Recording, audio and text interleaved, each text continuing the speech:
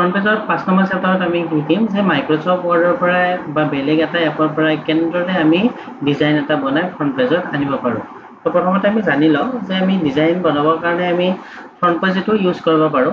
Insert, তাৰপিছত ইয়াত picture, ইয়াত অপশ্যনবিলাক পাওঁ আমি। যেনেকৈ ধৰি লওক ফটো শ্বেপ লাগে বা শ্বেপবিলাক লাগে, তো ইয়াত আমি শ্বেপবিলাক পাওঁ বা ডিজাইনবিলাক পাওঁ তেনেকুৱাই পাওঁ। তো ইয়াত আমি বনাব পাৰোঁ। কিন্তু আমি মাইক্ৰ'ছফ্ট ৱৰ্ডতো আগতে বনাইছোঁ। তো মাইক্ৰ'ছফ্ট ৱৰ্ডত আমি সুবিধাবিলাক আৰু বেছি ভালকৈ পাওঁ। তো সেইকাৰণে মাইক্ৰ'ছফ্ট ৱৰ্ডতো আমি বনাব পাৰোঁ। ইয়াত আমি যেনেকৈ বহুত সুবিধা কৰি ইয়াত ইফেক্টবিলাক ডাইৰেক্ট দেখা পাইছোঁ। শ্বেপ ধুনীয়াকৈ আছে শ্বেপবিলাক। ইয়াত অলপমান বেলেগ বেলেগ ভিতৰত সোমাইছে বস্তুবিলাক বা সৰু সৰুকৈ আছে।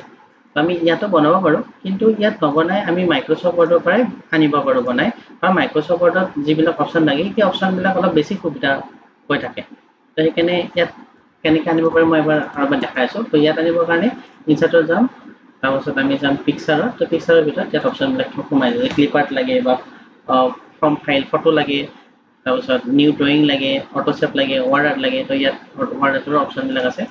তো ইয়াত ৱাৰ্ড আৰ্ট বা ডিজাইনবিলাক অপশ্যন আছে যদিও আমাৰ মাইক্ৰ'ছফ্ট ৱৰ্ডত বেছি সুবিধা হয় কাৰণে মাইক্ৰ'ছফ্ট ৱৰ্ডত আমি কেনেকৈ বনাই ইয়াত আনিব পাৰি সেইটো দেখাই আছোঁ। তো যিকোনো ডিজাইন এটা আমি প্ৰথমতে ধৰি লোৱা হ'ল মাইক্ৰ'ছফ্ট ৱৰ্ডত বনাওঁ।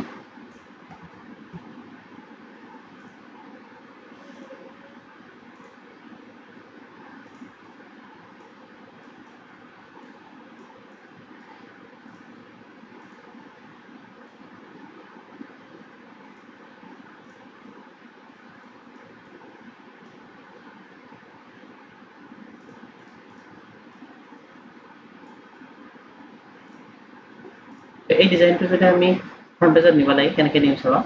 প্ৰথমতে আমি চিলেক্ট কৰিব লাগিব গোটেইখিনি। তো গোটেইখিনি চিলেক্ট কৰিবৰ কাৰণে আমি Ctrl+A টিপি চিলেক্ট কৰিব পাৰোঁ, কিন্তু ইয়াত Ctrl+E টিপি শ্বেপবিলাক চিলেক্ট নকৰে। আমি শ্বেপ চিলেক্ট কৰিবৰ কাৰণে ইয়াত আহিব লাগিব চিলেক্ট, তাৰপিছত ক্লিক কৰিব লাগিব চিলেক্ট অবজেক্ট। তাত আমি এনেকৈ চুজ কৰিব লাগিব গোটেইখিনি।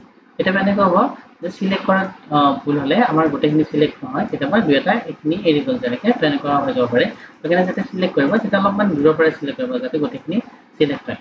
তো চিলেক্ট কৰি উঠি আমি কি কৰিব পাৰোঁ অলপমান জানি লওঁ যে চিলেক্ট কৰি উঠি আমি এইটো ইফাল সিফাল মুভ কৰিব পাৰোঁ বা সৰু ডাঙৰ কৰিব পাৰোঁ। এইটো মুভ হৈছে, সৰু ডাঙৰ কৰিবৰ কাৰণে আমি ইয়াত ক্লিক কৰি সৰু ডাঙৰ কৰোঁ আৰু চাই ল'বা চিলেক্ট অবজেক্ট এনেকৈ চিলেক্ট কৰি কিনে ইয়াত সৰু ডাঙৰ আমি কৰিব পাৰোঁ।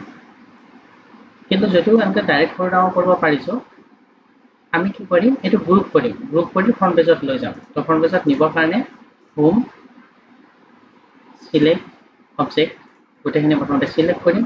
চিলেক্ট কৰি কি ইয়াত গ্ৰুপ বুলি অপশ্যন এটা পায়। তো গ্ৰুপ অপশ্যন কৰিলে কি হয় চাই ল'বা। তো ইয়াত আমি চিলেক্ট কৰিম গ্ৰুপ, তাৰপিছত ক্লিক কৰিম গ্ৰুপ। তো গ্ৰুপ অপশ্যন কৰিলে গোটেইকেইটা শ্বেপ এটা শ্বেপ হৈ যায়। তেতিয়া আমি নেক্সট টাইম যদি গোটেইকেইটা চিলেক্ট কৰিব লাগে তেতিয়া প্ৰয়োজন নাথাকে। তাৰপিছত আমি এটা জেগাত ক্লিক কৰিলে গোটেইকেইটা একেলগে চিলেক্ট হৈ যায়।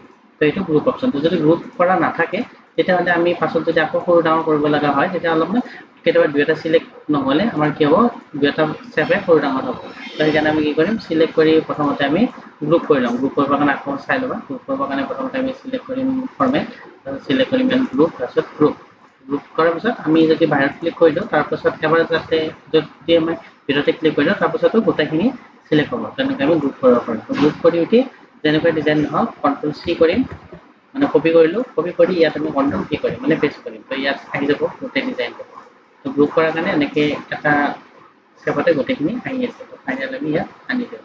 তো এনেকুৱাকৈ আমি বেলেগ এটা এপ্লিকেশ্যনত আমি ডিজাইন এটা বনাই ফ্ৰণ্ট পেজত আমি সেইটো আনি ল'ব পাৰোঁ।